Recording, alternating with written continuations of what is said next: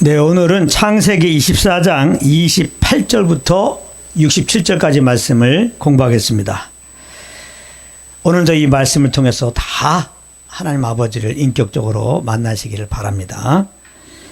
지난 시간에는 아브라함의 지시를 받고 늙은 종이 나홀의 성에 이르러 하나님께 기도한 대로 리브가가 나타나 자기와 낙타에게 물을 주자 리브가를 만나게 해주시고 아브라함의 동생 집에 이르게 하신 하나님께 찬송을 드렸다고 하는 내용을 공부했습니다. 그런데 10절에 보면 아브라함의 종이 가나안을 떠날 때 아브라함의 모든 것을 가지고 떠났다고 했는데 그것이 무엇이냐? 22절에 보면 반세겔 무게의 금 코걸이 1개와 13개겔 무게의 금 손목걸이 한 쌍이라는 말이 있는데 바로 이것입니다. 늙은 종이 이것을 리브가에게 주었는데요. 그러면 언제 늙은 종이 리브가에게 이것을 주었느냐? 늙은 종이 하나님께 기도한 대로 리브가가 낙타에게 물을 다 마시게 했을 때입니다. 이 시점이 중요합니다. 늙은 종은 하나님께 기도하기를 물 길러 나온 한 소녀에게 물 좀 마시게 해달라고 하면, 자기는 물론 낙타에게도 마시게 하겠다고 하면 그가 하나님이 이삭의 아내로 정해준 자로 알겠다고 했습니다. 그런데 놀라웠게도 이 말을 마치기도 전에 리브가가 와서 자기가 기도한 대로 말하고 행하였던 것입니다. 그렇기 때문에 늙은 종은 이 리브가가 하나님이 이삭의 아내로 정해준 자로 알았고 그에게 아브라함의 모든 것을 주었던 것입니다. 그러니까 이것은 곧 리브가가 이삭의 신부가 되었음을 보증하는 표로 준 것이라 이 말입니다. 이것은 복음의 관점으로 보면 우리가 예수를 믿을 때 그 구원의 보증으로, 즉 그리스도의 신부가 된 보증으로 성령을 보내주신 것을 상징하는 것입니다. 에베소 1장 13절 말씀을 보겠는데요. 이해를 돕기 위해서 공동 번역으로 한번 제가 읽겠습니다. 여러분도 그리스도를 통하여 여러분에게 구원을 가져다 주는 복음, 곧 진리의 말씀을 듣고 믿어서 하느님의 백성이 되었습니다. 이것을 확인하는 표로 하나님께서는 여러분에게 약속하셨던 성령을 주셨습니다. 아멘. 그냥 그대로 우리가 무슨 말인지 이해가 되죠? 여기 보면 우리가 하나님의 백성이 된 것을 확인하는 표로 성령을 주셨다는 것입니다. 믿는 우리들에게 보내주신 성령님은 하나님의 좋은 것입니다. 자, 여기서부터 잘 들으세요. 우리가 많이 알고 있는 말씀인데요. 이것이 복음 안에서 어떻게 풀어지는가 잘 보십시오. 마태복음 7장 7절에서 12절까지 말씀 보면 이런 말씀이 있습니다. 구하고 두드리고 찾으라. 그래서 우리는 보통 이 말씀 인용하면서 구하고 두드리고 찾으라 그랬기 때문에 우리가 좌우지간 구하고 두드리고 찾으면은 응답될 때까지 간절히 구하면, 아주 간청하면 반드시 하나님이 응답하신다. 그렇기 때문에 여러분들이 염려근심하지 말고 구하시오, 두드리시오, 찾으시오 해서 열심히 아버지께 좌우지간 간절히 열정을 다해서 구하는 것으로 이 말씀을 우리가 인용하면서 그렇게 공부해 왔는데, 그거와 비교해서 오늘 말씀을 잘 여러분들이 살펴보시기 바랍니다. 마태복음 7장 7절부터 12절까지 보면 구하고 두드리고 찾으라고 하시면서 천부께서 구하는 자에게 좋은 것을 주신다고 말씀했어요. 좋은 것을. 그런데 누가복음 11장 13절에서는 똑같은 말씀인데 이 좋은 것을 성령님이라고 기록하고 있습니다. 그러니까 마태복음 7장 7절부터 12절까지 구할 때 주신다고 약속하신 좋은 것이 뭐예요? 누가복음 11장 13절에 보면 그것이 좋은 거란 말이에요. 우리가 구하면 좋으신 성령을 주신다 이 말이었어요. 누가복음 11장 13절입니다. 너희가 악할지라도 좋은 것을 자식에게 줄 줄 알거든 하물며 너희의 하늘 아버지께서 성령을 주시지 않겠느냐. 그러니까 우리가 이 말씀을 인용하면서 구하라, 두드리라, 찾으라, 그러면 하나님이 가장 좋은 걸 주시니까 열심히 무조건 기도해라, 그런 말씀입니까? 아니죠. 이 말씀은 그런 내용이 아닙니다. 예수 믿는 우리들 가운데 하나님의 성령을 보내주셨습니다. 우리가 구하지도 않았는데 두드리지도 않았는데, 찾지도 않았는데 성령을 보내셨습니다. 이 말씀은 예수 그리스도의 그 십자가의 은혜를 우리에게 알려주고 있는 겁니다. 우리가 구하지 않았는데도 그 아들 통하여 구원하였어요. 구하지 않았는데도 성령을 보내셨어요. 그렇다면은 하나님이 우리의 삶을 왜 안 책임져 주시겠습니까? 걱정하지 말라 이 말이에요. 그렇기 때문에 그것도 정욕으로 아버지께 구할 거 없다 이 말이에요. 그 정욕으로 아무리 금식하고 목 다시게 기도해도 그건 아무 소용이 없는 거예요. 하나님이 응답도 안 해주는 겁니다.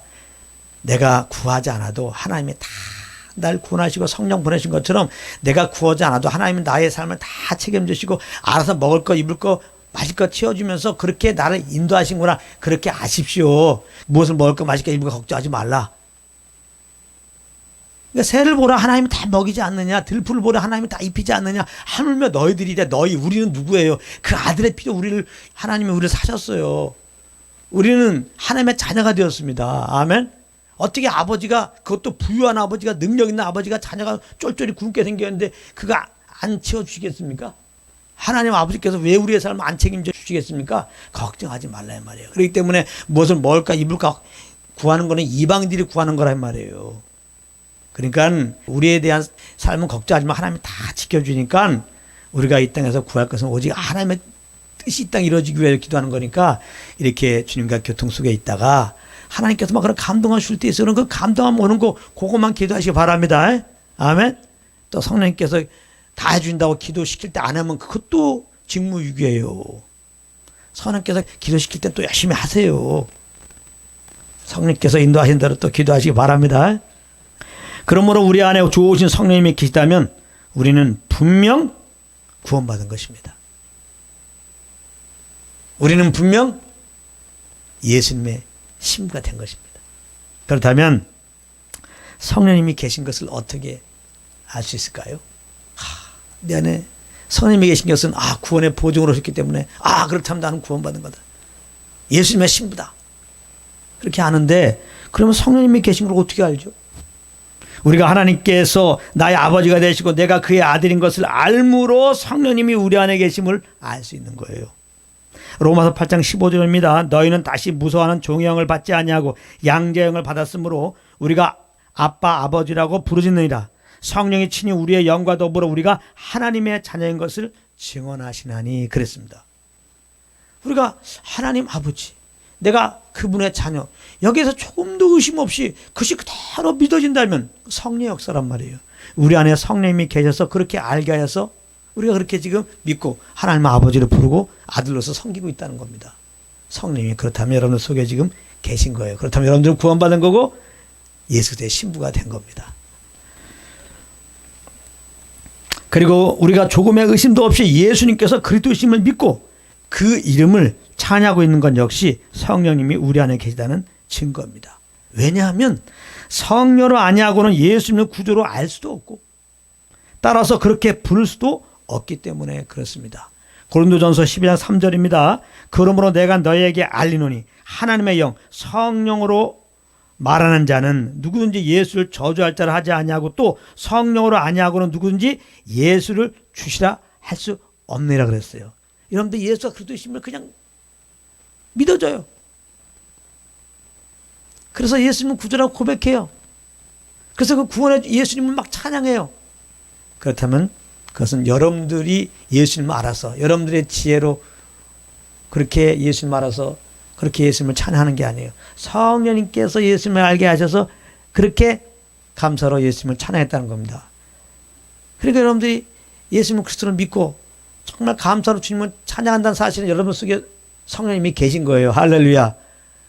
구원에 보증된 성령님이 계신 거란 말이에요. 그러니까 여러분들은 정말 구원받은 자고 여러분들은 그리스도의 신부가 된 거예요. 아멘. 그러므로 우리는 날마다 이 좋으신 성령님과 사귐 가운데 있는 것이 정말 중요한 겁니다. 그래야 구원받은 자로서 하나님의 아들로서의 삶을 살아갈 수가 있는 겁니다. 내가 구원받았구나. 내가 하나님의 아들이구나. 내가 그리스도의 신부구나. 이것을 알고 그 신분에 맞게 우리가 살아가는 겁니다. 그것은 성령을 쫓는 거니까요. 그래서 우리가 성령을 더욱더 쫓아갈 수가 있는 것입니다. 다 이런 은혜가 여러분들 삶 가운데 넘치기를 바랍니다. 28절에 보면 리브가가 자기에게 일어난 일을 어머니 집에 알립니다. 그러자 리브가의 오빠 라반이 우물로 달려가서 늙은 종을 자기 집으로 데려옵니다. 이 내용이 30절부터 32절까지입니다. 그리고 33절부터 보면 늙은 종은 라반이 베푼 음식을 먹기 전에 자신이 자기의 일을 말하기 전에는 먹지 않겠다고 하면서 자기의 일을 48절까지 얘기를 하는데요. 그 얘기의 내용은 무엇이냐? 자기를 아브라함의 종이라고 소개하면서 아브라함의 지시를 받고 나홀의 성에 와서 리브가를 만나기까지의 경위, 그래서 리브가를 만나게 해주신 하나님께 경배하고 찬송한 것을 말한 것입니다. 그러니까 늙은 종은 창세기 24장 1절부터 27절까지 나온 말씀을 그대로 얘기한 것입니다. 그런데 늙은 종이 말한 내용 중에 48절 보면 이런 내용이 나옵니다. 나의 주인의 동생의 딸, 여기 나의 주인은 누구예요? 아브라함. 아브라함 동생의 딸을 그의 아들을 위하여 택하게 하셨으므로 이런 내용이 나옵니다. 여기 보면 리브가를 아브라함의 동생의 딸이라고 말하고 있는데 리브가는 사실은 아브라함의 조카가 아니에요. 아브라함의 조카 딸입니다. 아브라함의 손녀뻘인 거예요. 리브가는 아브라함의 동생 나홀의 아들 부두엘의 딸이기 때문에 그렇습니다. 그렇기 때문에 정확한 번역을 한다면 아브라함의 조카 딸 혹은 친족이라고 하는 것이 맞는 것입니다. 참고적으로 알아두라 이 말이에요. 공동 번역은 동생을 그래서 조카 딸이다 이렇게 번역해 놨습니다. 아무튼 이렇게 늙은 종은 자기 일을 다 말하고는 49절에서 리브가를 이삭의 아내로 허락해 줄 것인지 아닌지를 말해달라고 합니다. 그러자 50절 51절에 오면 라반과 부두엘이 이렇게 대답합니다.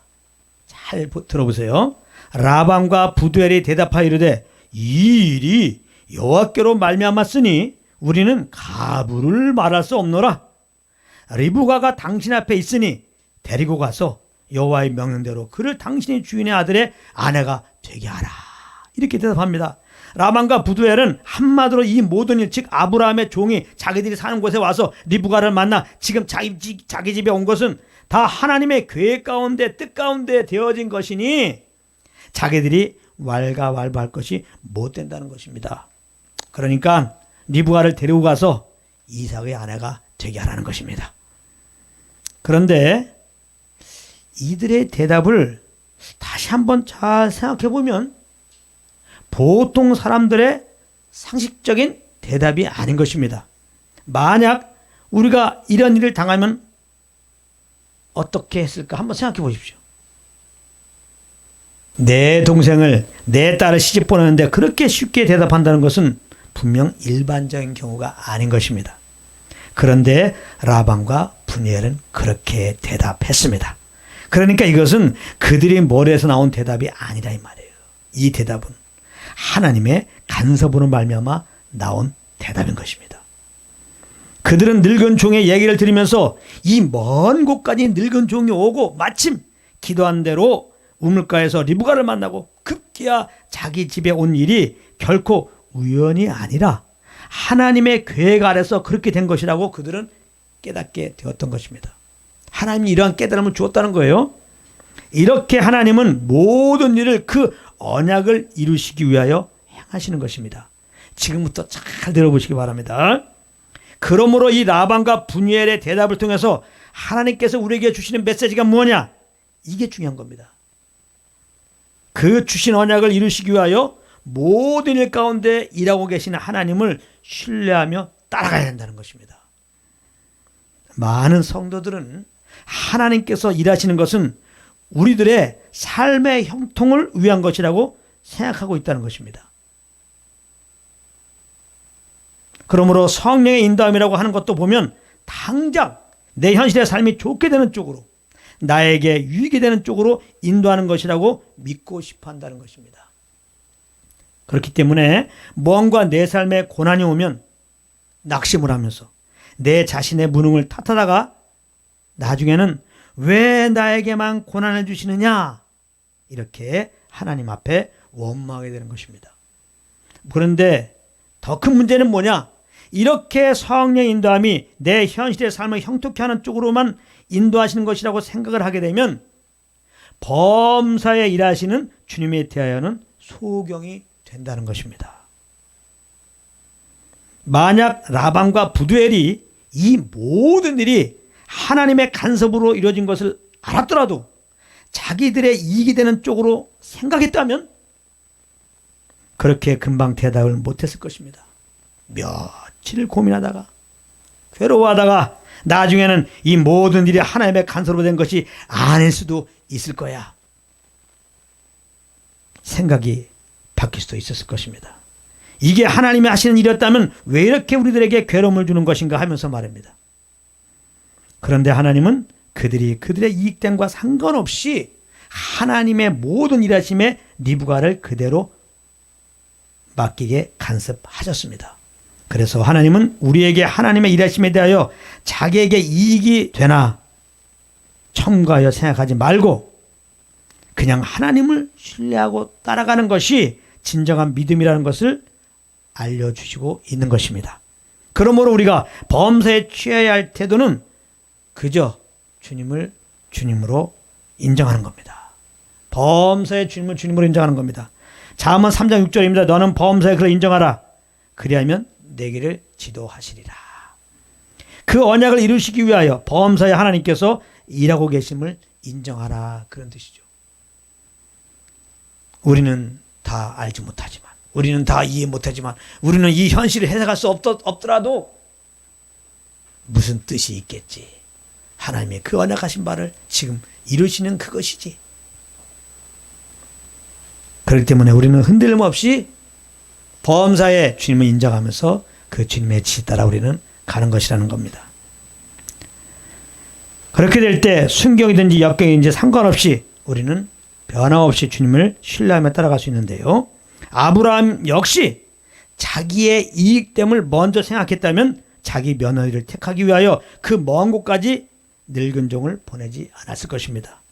가나안에서 며느리를 구하려고 했던지 그렇지 않으면 자기가 원하는 며느리를 얻기 위해서 자기가 가든지 그렇지 않으면 이삭을 보냈을 것입니다.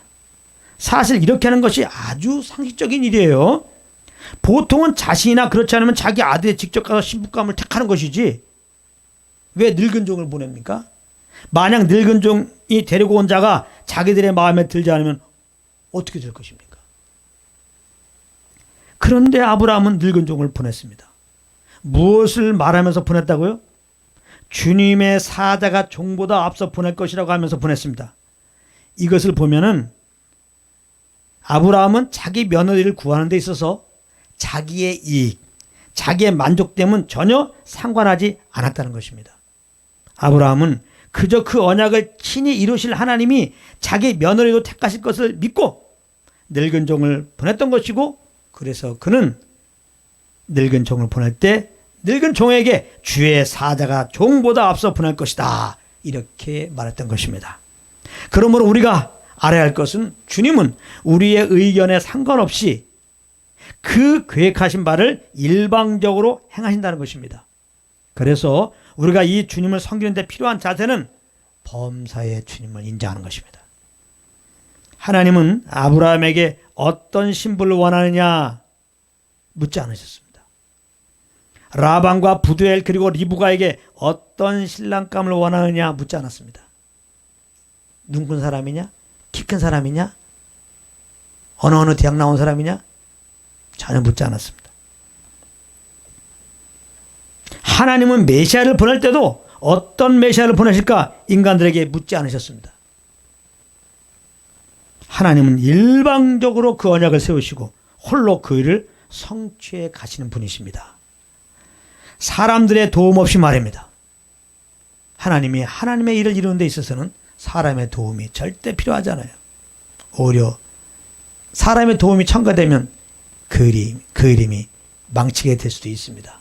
그러니까 아예 하나님은 사람의 도움을 받지도 않고 필요하게 생각하지도 않습니다.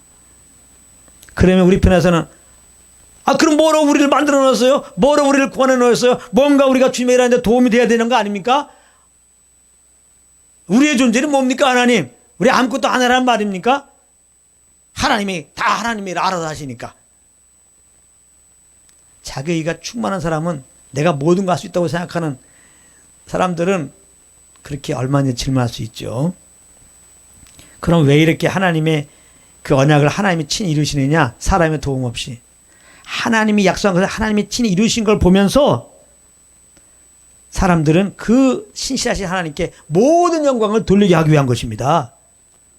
우리는요, 연약해가지고 내가 어떤 데 조금 개입되면요, 내 자랑하기 바쁩니다.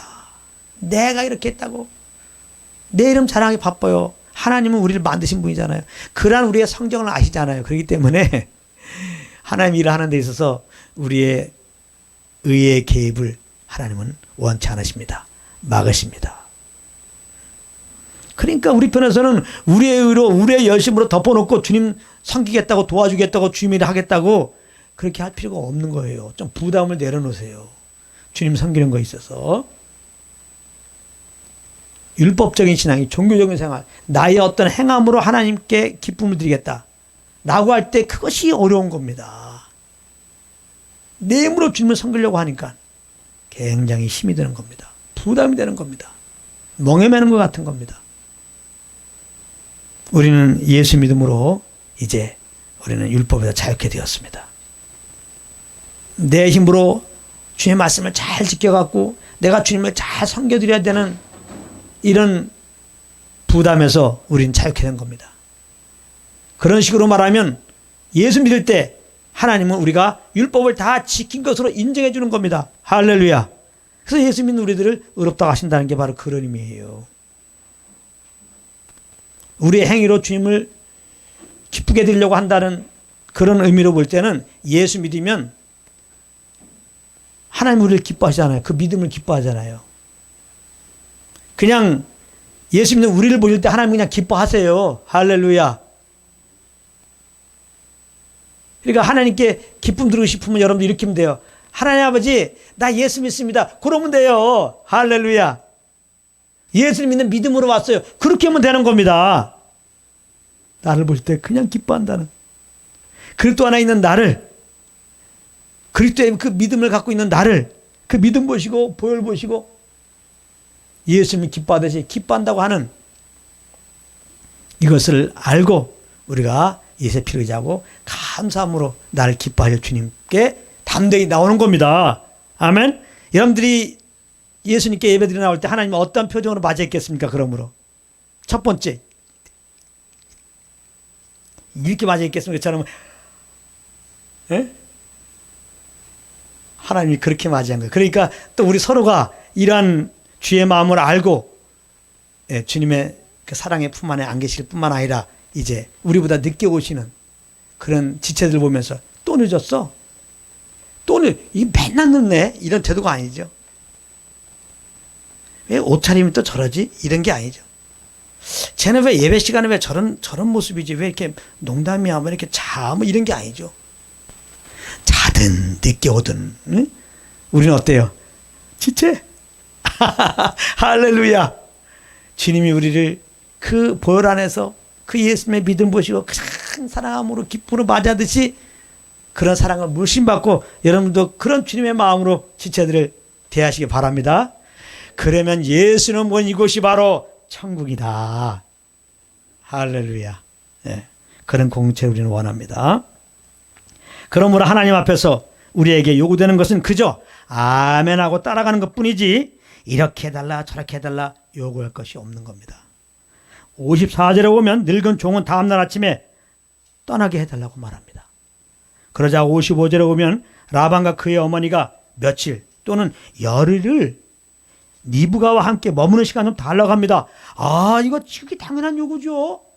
이제 시집가면 언제 볼지 모르는 일이기 때문에 이건 정말 당연한 요구입니다. 그런데 늙은 종은 하나님이 잘 인도해 주셨으니 돌아가게 해달라고 얘기합니다. 그러자 그들은 58절에 오면은 리브가를 불러서 그를 따라가겠느냐 물어보는데 리브가는 가겠다는 겁니다. 리브가를 불러 그에게 이르되 내가 이 사람과 함께 가려느냐. 그가 대답하되 가겠나이다. 그런데 이 리브가의 대답을 잠깐 생각해 보면 이건 역시 상식적으로 도저히 이해가 안 되는 말인 겁니다. 신랑 될 사람과 목소리 한번 듣지 못했어요? 얼굴 한번 보지 못했어요? 그것도 그 먼 곳에 떨어져 있는 그 먼 곳에 미래의 신랑을 향해 조금도 망설임 없이 가겠다고? 이것은 분명 일반적인 사람의 반응은 아닌 것입니다. 만에 하나 정말 자기가 가고 싶다고 해도 형식상 어머니의 의견을 물어보는 것이 기본 예의인데 리브가는 그런 것도 없어요. 늙은 종을 따라가겠느냐? 가겠나이다. 그러므로 이 대답 역시 리브가의 머리에서 난 것이 아니라 하나님의 간섭으로 말미암은 것임을 알 수 있습니다. 그렇다면 이 리브가의 대답을 통해서 우리에게 하나님께 주신 메시지가 무엇입니까? 이게 중요하다 이 말이에요. 우리가 하나님을 섬기는 데 있어서 요구되는 것은 하나님이 하시는 모든 일에 우리의 이익 때문에 상관없이 그저 순종하는 것이라는 겁니다. 복음의 관점으로 보면 리브가는 이미 구원받은 자입니다. 구원받은 자가 할 일은 그저 성령의 인도함을 따르는 것이라 이 말입니다. 성령의 인도함이 왔는데 가만히 보니까 내가 지금 계획한 일이 지금 틀어지게 생겼어. 내가 지금 작정한 일이 뭔가 망치게 생겼어. 성령의 인도함이 왔는데 내 편에서 볼 때는 여러 가지 금방 순종하지 못하겠어. 그런데 할지라도 내 처지를 생각하지 말고 내 유익을 따라 판단하지 말고 성령의 인도함이라면 그대로 순종하라 이 말이에요. 그대로 순종하라. 그런 은혜가 있기 바랍니다. 그리고 리브가가 신랑 될 자에게 간다고 하는 것은 곧 다시 오실 예수님을 향해 간다고 하는 것입니다. 60절에 보면 라반은 동생을 떠나기 전에 이런 말을 합니다. 동생이 이제 이삭을 만나러 간다고 하니까 오빠가 이런 말을 했다 이 말이에요. 60절입니다. 리브가에게 축복하여 가로되 나의 누이요 너는 천만인의 어머니가 될지어다 내 씨로 그 원수의 성문을 얻게 할지어다. 라반의 축복한 내용은 창세기 22장 17절 말씀을 떠올리게 합니다. 똑같아요. 제가 읽겠습니다. 내가 내게 큰 복을 주고 내 씨가 크게 번성하여 하늘의 별과 같고 바닷가의 모래와 같게 하리니 내 씨가 그 대적의 성문을 차지하리라. 이 말씀은 여자의 후손 오실 그리스도께서 원수를 이기고 승리하게 하신다는 언약의 내용인데요. 이것을 라반이 어떻게 알았는지 모르지만은 라반은 리브가가 이 언약이 성취되는데 귀한 통로로 사용되기를 원한다고 지금 말한 것입니다. 그러니까 이건 역시 잘 알지 못하는 미지의 남편이 향해 먼 길 떠나는 동생에게 주는 일반적인 오빠의 메시지하고는 너무나 동떨어진 말인 것입니다. 그러므로 이 축복 역시 하나님의 간섭으로 말미암는 것이라고 볼 수밖에 없는 겁니다. 보통은 뭐라고 말해야 됩니까? 리브가야, 어차피 리브가가 결정했으니까 너의 결혼을 축하한다. 너의 결혼은 행복하게 될 거야. 내가 그렇게 되길 위하여 기도하마. 이렇게 나와야 되는 거 아니에요. 이 정도의 덕담을 해줄 것인데 라반은 하나님의 언약이 성취되는 것을 바라보면서 축복을 했습니다. 그렇다면 이 라반의 축복 속에서 하나님께서 우리에게 주시는 메시지는 무엇일까? 이게 중요한 겁니다. 이게 중요한 거예요. 믿는 자가 관심을 가져야 하는 것은 이 땅에서 잘 먹고 잘 사는 데 있는 것이 아니라 이 땅에서 하나님의 언약이 이루어지는 데 있어야 한다는 것입니다. 예수님이 그렇게 기도하라고 했잖아요. 뜻이 하늘에서 이룰 것 같이 땅에도 이루어지니이다. 이렇게 기도하라고 했잖아요. 하나님의 관심이 우리의 관심이어야 되는 거죠. 하나님의 관심은 이 땅에 우리의 뜻이 이루어지는 것이 아니라 하나님의 뜻이 이루어지는 거라 이 말이에요. 그러므로 우리의 관심도 우리의 어떤 뜻이 이루어지는 것이 아니라 그러므로 우리의 뜻이 뭐예요? 이 땅에서 어떻게 하면 잘 먹고 잘 살고 어떻게 하면 더 행복하고 평안하게 살까? 이런 것이 아니죠. 단지 어떻게 하면 하나님의 뜻이 이루어질 것인가? 그것을 바라보는 데 있어야 된다는 겁니다. 그런데 부담 갖지 마세요. 하나님의 언약은 하나님이 좀 전에도 말했지만 다 이루십니다. 우리가 아는 게 아니에요. 하나님이 하나님의 뜻을 다 이루십니다. 어떤 경우 하나님이 이렇게 이제 약속하셨습니다. 이 약속이 이루어지도록 우리가 노력합시다 하면서 기도하고 열심히 내는 경우가 있는데 그것은 잘못 알고 있는 겁니다. 하나님이 약속하셨다면 하나님이 그 일을 이루시는 것입니다. 우리는 하나님이 그 일을 어떻게 이루시는가 눈 동그랗게 뜨고 그런 관점으로 보면 되는 거예요. 그리고 우리는 성령께서 지금 주시는 인도함을 따르면 하나님은 그런 우리를 통하여 나타나셔서 하나님의 약속한 일들을 행하시고 우리에게는 그 행하신 일들을 보게 하시면서 하나님께 찬양하도록 그렇게 인도하시는 것입니다. 아멘.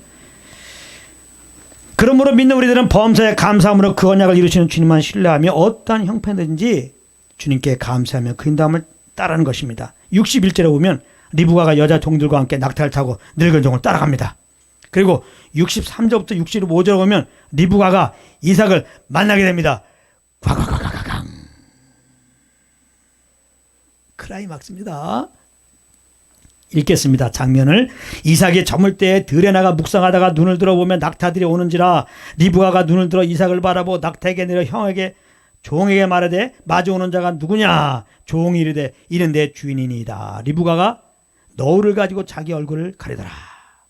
여기 리브가가 이삭을 만나는 장면이 나오는데 여기 보게 되면은 63절에서 이삭이 먼저 리브가가 오는 행렬을 보았다는 것입니다. 그런데 묵상하다가 그 장면을 보았다는 거예요. 묵상하다가. 이것은 이삭이 리브가를 기다리고 있었다는 겁니다. 늙은 종이 내 신부 될 자를 찾으러 갔는데 언제 데리고 오는 거야? 보고 싶어 죽겠네. 언제 올까? 내 신부는 언제 올까? 하루하루 시간이 갈 때마다 그 그리움이 더하는 겁니다. 그 그리움이 더하는 거예요. 더 보고 싶은 겁니다. 더 보고 싶은 겁니다. 이것은 우리가 주님을 오심을 기다리는 것 이상으로 주님도 우리를 만나기를 지금 이러한 심령으로 기다리고 계신다는 거예요. 할렐루야. 이렇게 지금 2000이 넘어가도록 지금 얼마 아주 그냥 하나님 예수님 마음이 애간장이 타는 겁니다. 우리를 보고 싶어도 그냥 이런 마음으로 지금 예수님이 우리를 이렇게 오기를 기다리고 있는데 여러분들은 어떠한 태도를 가져야 되겠습니까? 주님 만나고 싶다 이래야 되잖아요. 근데 그게 우리 생각대로 됩니까? 그래서 우리는 성령과 교통 가운데 있어야 되는 거예요. 성령과 교통 가운데 있게 되면 예수 그리스도의 은혜를 알게 되고 주님이 약속하신 다시 오실 주님 만날 배울 그날을 사모하게 되면서 정말 그 주님을 기다리는 삶이 되는 겁니다. 그런 은혜가 있길 바랍니다.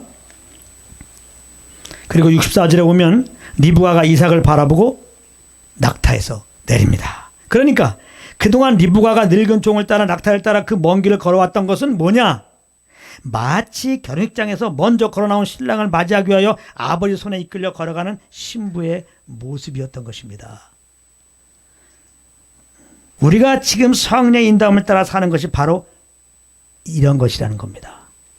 그 말할 수 없는 사랑의 눈빛으로 우리가 어서 오기를 간절히 기다리고 서 있는 우리의 신랑 되신 예수님을 향해 걸어가고 있는 장면이라는 거예요. 신부 단장하고 아버지 손에 이끌려 미래의 신랑을 향해 걸어가는 신부의 모습 얼마나 아름답습니까? 그러잖아요. 우리 결혼식 가보면은 신부 입장에 있겠습니다. 빰빰빰빰 하면서 탁 뒤돌아보면은 신부 탁 단장하고 하얀 드레스를 입고 아버지의 손에 이끌려 신부가 조심스럽게 한없이 사랑 가운데 기다리고 있는 애타게 기다리고 있는 신랑을 향해 걸어가는 그 신부의 모습 얼마나 아름다우냐면 진짜 아름다워요. 여러분들은 안 아름다웠나요? 저는 결혼식장 갈 때마다 그 신부가 그 아빠 손에 이끌려가는 신부 보면 진짜 아름다워요. 네. 우리가 성령의 인도함을 따라 사는 삶이 주님 보실 때 그렇게 아름다울 수가 없는 것이라 이 말이에요. 이런데도 우리가 성령과 동행하지 않을래요? 이런데도 우리가 정말 주의 인도함 받으면 하나님이 이렇게 아름답게 보시는데 67절에 보면 이삭이 리브가를 인도하여 그의 어머니 사라의 장막으로 드리고 그를 맞이하여 아내로 삼았다고 말씀하고 있습니다. 이것은 장차 하나님의 약속 따라 우리가 영화로운 몸으로 부활하여서 공중에 올라가 다시 오실 주님을 배웠고 호인지 않지 않은 장면을 상징하는 것입니다. 이거는 반드시 이루어질 것입니다. 데살로니가전서 4장 16절 17절 주께서 호령과 천사장의 소리와 하나님의 나팔 소리로 친히 하늘로부터 강림하시리니 그리스도 안에서 죽은 자들이 먼저 일어나고 그 후에 우리 살아남은 자들도 그들과 함께 구름 속으로 끌어올려 공중에서 주를 영접하게 하시리니 그리하여 우리가 항상 주와 함께 있으리라. 꽉꽉꽉. 요거 반드시 이제 좀 있으면 우리 앞에 당할 일입니다. 정말 우리의 소원은 이 땅에서는 통일이고 영으로 보게 되면 주님 만나는 겁니다. 그리고 이것은 또한 장차 새하늘과 새 땅에서 하나님과 영원히 함께하는 것을 상징한 것입니다. 계시록 21장 3절 4절입니다. 이것도 잠시 뒤면 우리 앞에 그대로 펼쳐질 것입니다. 내가 들으니 보좌에서 큰 음성이 나서 이르되 보라 하나님의 장막이 사람들과 함께 있음에 하나님이 그들과 함께 계시리니 그들은 하나님의 백성이 되고 하나님은 친히 그들과 함께 계셔서 자 천국의 모습을 보십시오. 천국 그러는데 천국은 어떤 곳이냐? 모든 눈물을 군에서 닦아주시니 다시는 사망이 없고 애통하는 것이나 곡하는 것이나 아픈 것이 다시 있지 아니하리니 처한 것들이 다 지나갔습니다. 처한 것들 이 땅의 삶, 이 땅 이런 저주 같은 삶은 찾아볼 수 없다는 겁니다. 우리는 가끔 이 땅에서 저주 같은 삶을 경험할 때마다 그런 얘기를 해요. 왜 이렇게 이 땅에서 이런 저주 같은 상황을 보게 하십니까? 정말 억울하고 애통한 일이 있습니다. 눈물 날 수밖에 없습니다. 여기저기서 사람이 죽어갑니다. 참, 그 당한 사람도 괴롭지만 보는 것도 괴로워요.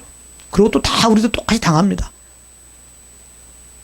잠깐 충만하지 않으면은 왜 예수 믿었는데 또 이런 어려움을, 이 억울한 일을, 이런 곡하는 일을 당하게 하십니까? 또 이런 생각도 옵니다. 저도 그런 생각을 할 때가 있어요. 그럴 때마다 하나님은 우리에게 주시는, 나에게 주시는 대답은 뭐냐? 그래야지 너가 너에게 약속하신 새하늘과 새 땅을 소망하지 않겠니? 천국을 소망하지 않겠니? 그렇습니다. 우리에게는 이 땅에서는 그런 어려움들이 있습니다. 그것은 우리 믿는 자들에게는 정말 다시는 이러한 저주 같은 상황이 없는, 눈물이 없고 애통이 없고 사망이 없는 그 영광스러운 하나님 나라, 영원한 하나님과 영원히 거할 그 영광을 바라보게, 더 사모하게, 소망하게 하기 위한 그것이란 것을 알고 더 주님과 동행하는 자리에 가시기 바랍니다. 그럴 때 성령으로 말미암아 이 주님의 약속이 정말 믿어지면서 바라보게 되는 것이거든요. 그러므로 우리는 이 부활의 소망, 예수를 만나 배울 소망, 그리고 천국에서 하나님과 영원히 함께할 소망을 바라보며 우리는 살아야 되는 것입니다. 이런 소망 가운데 사는 것은 뭐라고 쓰신 금방 성령 인도함 받는 것이고요. 그러므로 늘 함께 하시는 성령님을 의식, 내 안에 지금 계신단 말이에요. 내 옆에 계신단 말이에요. 성령님을 항상 의식하시고 나의 인도자로 인정하시고 성령님과 동행하시는 여러분들이 되시기를 예수 이름으로 축복합니다.